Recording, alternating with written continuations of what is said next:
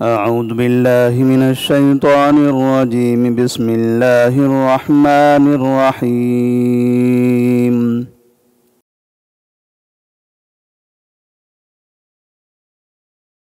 إن تجتنبوا كبائر ما تنهون عنه نكفر عنكم سيئاتكم وندخلكم مدخلا كريما.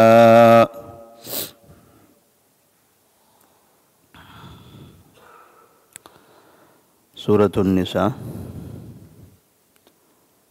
آیت نمبر 31۔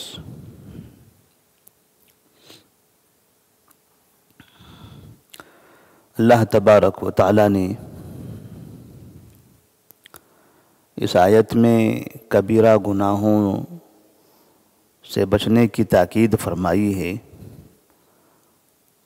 اور کبیرہ گناہوں سے بچنے کے فائدے کا ذکر فرمایا ہے۔ کبیرہ گناہوں میں سے کچھ گناہوں کا ذکر اس سے پہلے کی آیت میں گزر گیا۔ ایک حرام روزی کا استعمال، اسی طرح سے انسانوں کا قتل، اپنے آپ کا قتل، خودکشی، اور میراث میں سے کسی کو اس کا حق نہ دینا، دوسرے کا مال، دوسرے کا حق چھیننا اور اس کو ہڑپ لینا، یہ بھی کبیرہ گناہوں میں سے ہے۔ اس آیت میں اللہ تبارک و تعالیٰ فرماتے ہیں ان تجتنبوا کبائر ما تنہون عنہ، اگر تم ان بڑے گناہوں سے بچو گے جس سے تمہیں منع کیا گیا ہے، ان بڑے گناہوں سے بچو گے جس سے تمہیں منع کیا گیا ہے، تو نکفر عنکم سیئاتکم، تو ہم آپ کی غلطیوں کو معاف کر دیں گے، آپ کی غلطیوں سے درگزر کریں گے، ان سب کو ختم کر دیں گے۔ وَنُدْخِلْكُمْ مُدْخَلًا كَرِيمًا، اور ہم تمہیں عزت دار جگہ میں داخل کر دیں گے۔ وہ عزت دار جگہ سے مراد جنت ہے۔ گناہوں میں کچھ گناہ ایسے ہوتے ہیں جنہیں صغیرہ کہا جاتا ہے، اور کچھ گناہ ایسے ہوتے ہیں جنہیں کبیرہ کہا جاتا ہے۔ صغیرہ مانے چھوٹے گناہ اور کبیرہ مانے بڑے گناہ۔ صغیرہ گناہ جو چھوٹی چھوٹی غلطیاں ہوتی ہیں،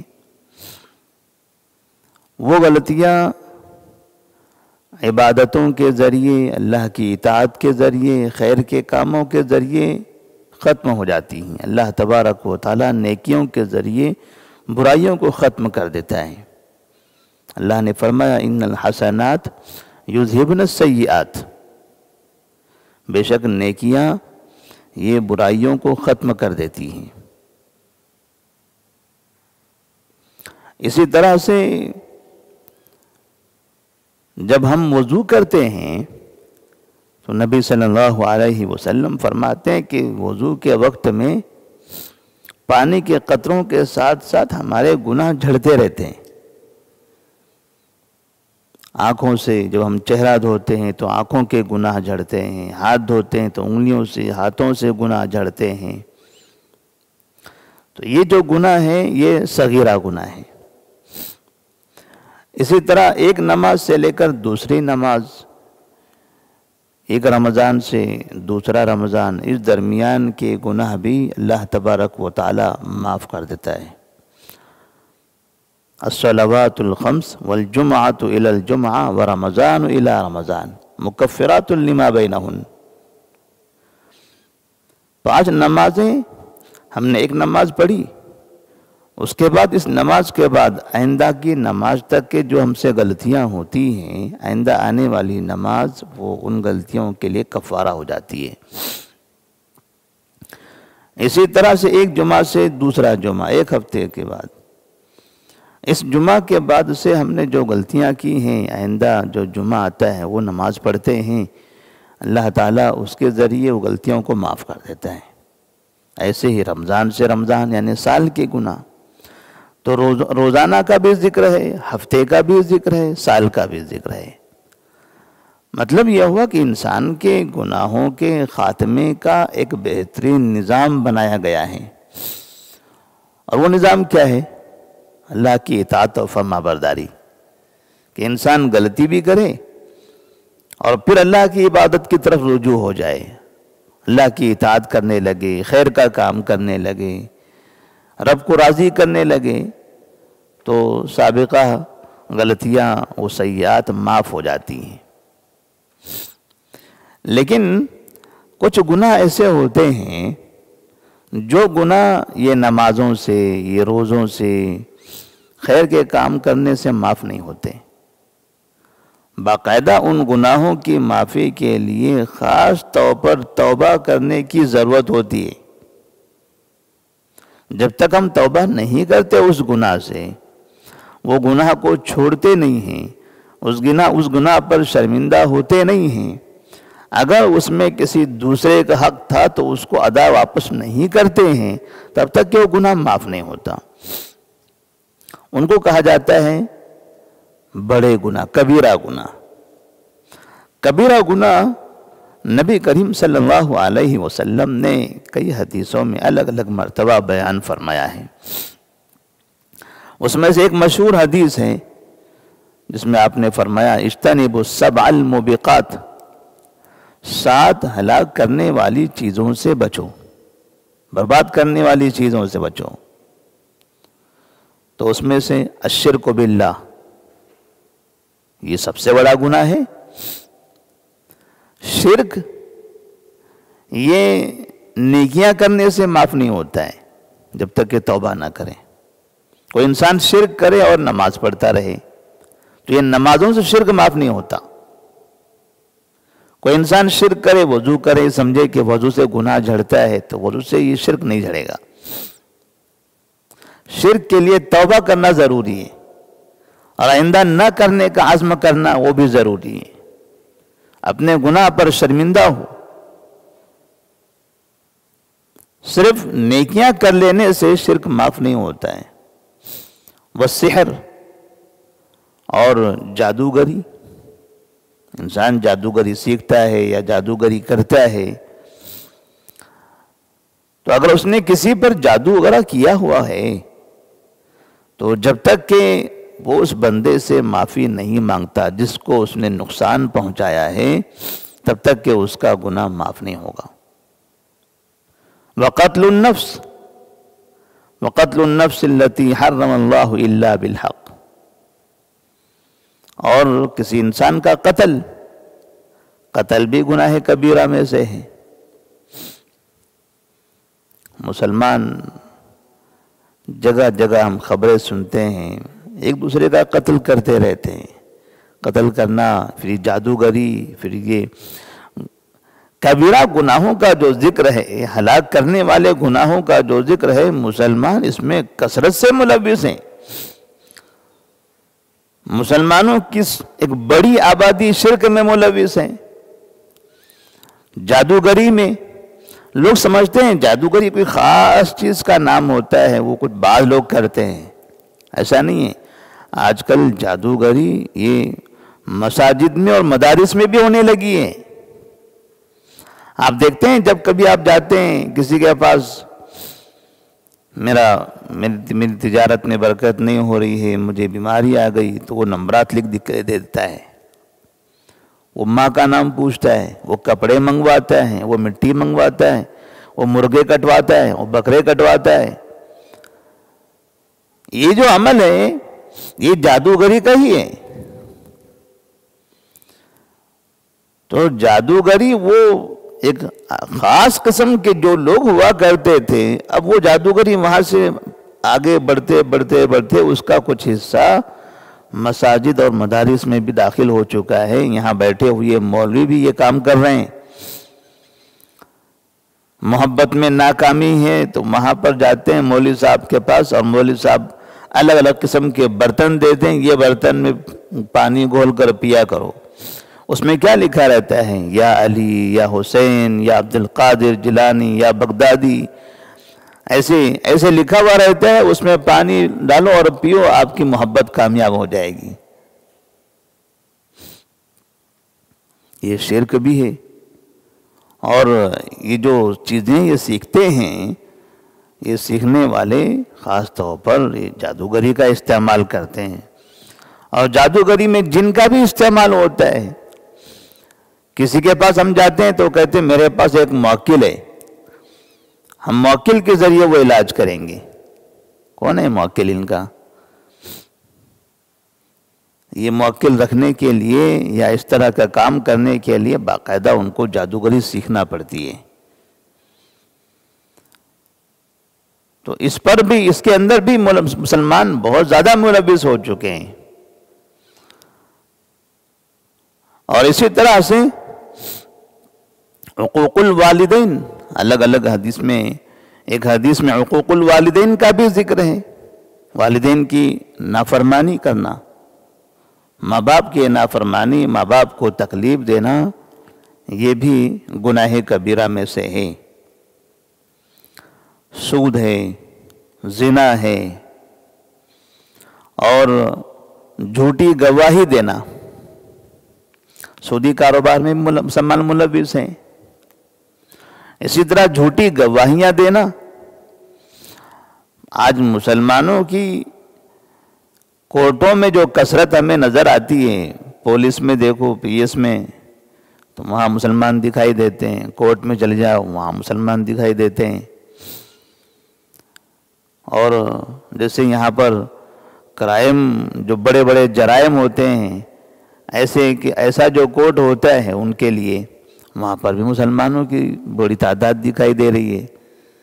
ایک دوسرے کا قتل کیا، ایک دوسرے کا خون کیا، ایک دوسرے کا مال لوٹا، نہ جانے کون کون سی حرکتیں کی، اور پھر ایک دوسرے کی جائیدادوں پر قبضے کیے، اور باقاعدہ کورٹوں میں جا کے جھوٹی قسم کھاتے ہیں، ایک دوسرے کی محفلوں میں جھوٹی قسم کھاتے ہیں کہ ہاں یہ میرا ہے، ہاں یہ میں نے کیا ہے، ہاں یہ اس نے کیا ہے، ہاں یہ فلاں نے کیا ہے۔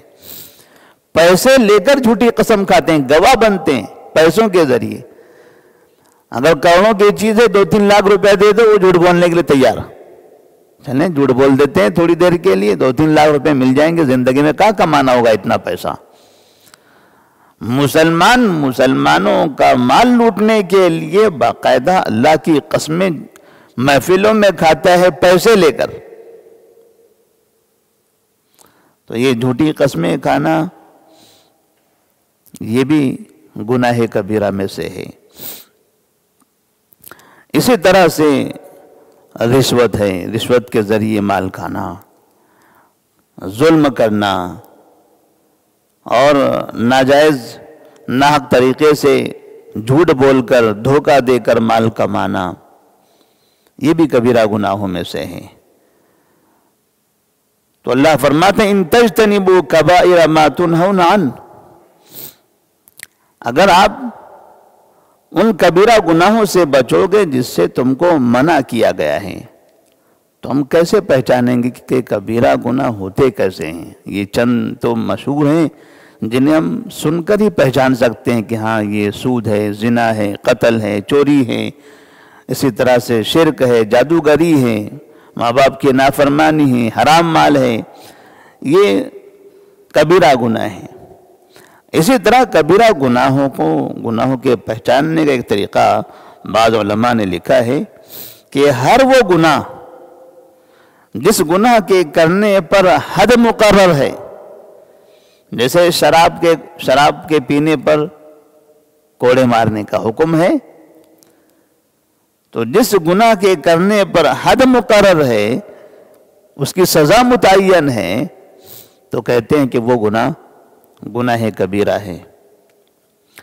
اسی طرح سے ہر وہ گناہ جس گناہ کے بارے میں قرآن میں یا حدیث میں یہ کہا جائے کہ یہ گناہ انسان کے لیے ہلاکت کا باعث ہے، اس گناہ سے انسان برباد ہو جائے گا، یہ گناہ برباد کرنے والا ہے، تو کہتے ہیں جہاں پر بھی گناہوں پر بربادی کا ذکر ہو انسان کے لیے تو وہ گناہ وہ کبیرہ گناہ ہوگا۔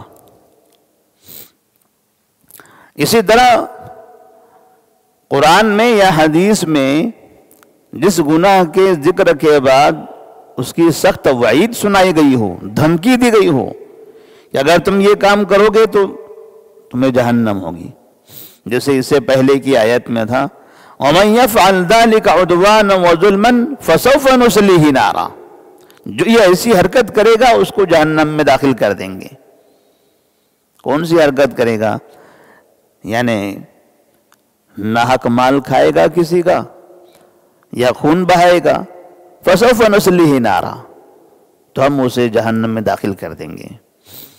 تو یہ ناحق مال کھانا، غلط طریقے سے مال کمانا، باطل طریقے سے مال کمانا، یا پھر خود کا قتل کرنا، کسی اور کا قتل کرنا، یہ کام کرنے پر اللہ تبارک و تعالیٰ نے فرمایا فَسَوْفَ نُصْلِيهِ نَارًا، ہم اسے جہنم میں داخل کر دیں گے۔ تو جہاں اس طرح کی جہنم وغیرہ کی دھمکی آئی ہو وہ گناہ بھی گناہ کبیرہ ہوتا ہے۔ تو گناہ کبیرہ کو پہچاننے کا یہ طریقہ ہے۔ نُكَفِّرْ عَنْكُمْ سَيِّئَاتِكُمْ، اگر گناہ کبیرہ سے ہم بچ جاتے ہیں تو جو صغیرہ گناہ ہے وہ صغیرہ گناہ معاف کر دیے جائیں گے۔ اس کا مطلب یہ ہوا کہ اگر انسان گناہ کبیرہ سے نہیں بچتا ہے تو اس کے صغیرہ گناہ بھی معاف نہیں ہوں گے۔ کوئی انسان شرک کرتا ہے، کوئی انسان ناحق کسی کا مال کھاتا ہے اور پھر وہ جمعہ میں جلسوں میں تقریروں میں سنتا ہے کہ یہ نماز پڑھنے سے اتنے گناہ معاف ہوتے ہیں، وضو کرنے سے گناہ جھڑتے ہیں، یہ جو فضائل سنتا ہے یہ فضائل کا اس کو فائدہ نہیں ہے۔ یہ چھوٹے چھوٹے گناہ عبادتوں سے، نیکیوں سے اس وقت معاف ہوں گے جب وہ بڑے گناہوں سے بچتا رہے گا۔ اگر بڑے گناہوں کا ارتکاب کرتا رہے تو چھوٹے گناہ جہاں کے وہاں باقی رہ جائیں گے، نمازیں پڑھنے سے بھی معاف نہیں ہوں گے۔ تو اللہ نے شرط لگائی چھوٹے گناہوں کی معافی کے لیے بڑے گناہوں سے اجتناب کرنا۔ ان تجتنبوا کبائر ما تنہون عنہ نکفر عنکم سیئاتکم وندخلکم مدخلا کریما، اور ہم تمہیں ایک بہترین عزت دار جگہ پر داخل کریں گے، یعنی جنت میں داخل کریں گے۔ اس کا مطلب یہ ہوا کہ جنت میں داخلے کے لیے بھی کبیرہ گناہوں سے اجتناب، اس سے بچنا ضروری ہے۔ اگر کبیرہ گناہ ہو تو اللہ تبارک و تعالی جنت سے محروم کر دے گا۔ وَمَن يُشْرِكْ بِاللَّهِ فَقَدْ حَرَّمَ اللَّهُ عَلَيْهِ الْجَنَّةَ وَمَأْوَاهُ النَّارُ وَمَا لِلظَّالِمِينَ مِنْ أَنصَارٍ۔ اور خاص طور پر ایک سب سے بڑا گناہ جو شرک ہے، اللہ نے کہا جو شرک کرے گا اللہ تعالیٰ اس پر جنت کو حرام کر دیتا ہے۔ جنت کو حرام کرنا مطلب جنت سے مکمل محروم کر دینا۔ تو اللہ تبارک و تعالیٰ سے دعا ہے کہ اللہ تبارک و تعالیٰ ہم تمام کو کبیرہ گناہوں سے محفوظ رہنے کی توفیق عطا فرمائے اور صغیرہ گناہوں سے بھی ہم سب کی حفاظت فرمائے۔ ہمیں اللہ کی عبادت کرنے، خیر کے کام کرنے کی توفیق عطا فرمائے۔ السلام علیکم ورحمۃ اللہ وبرکاتہ۔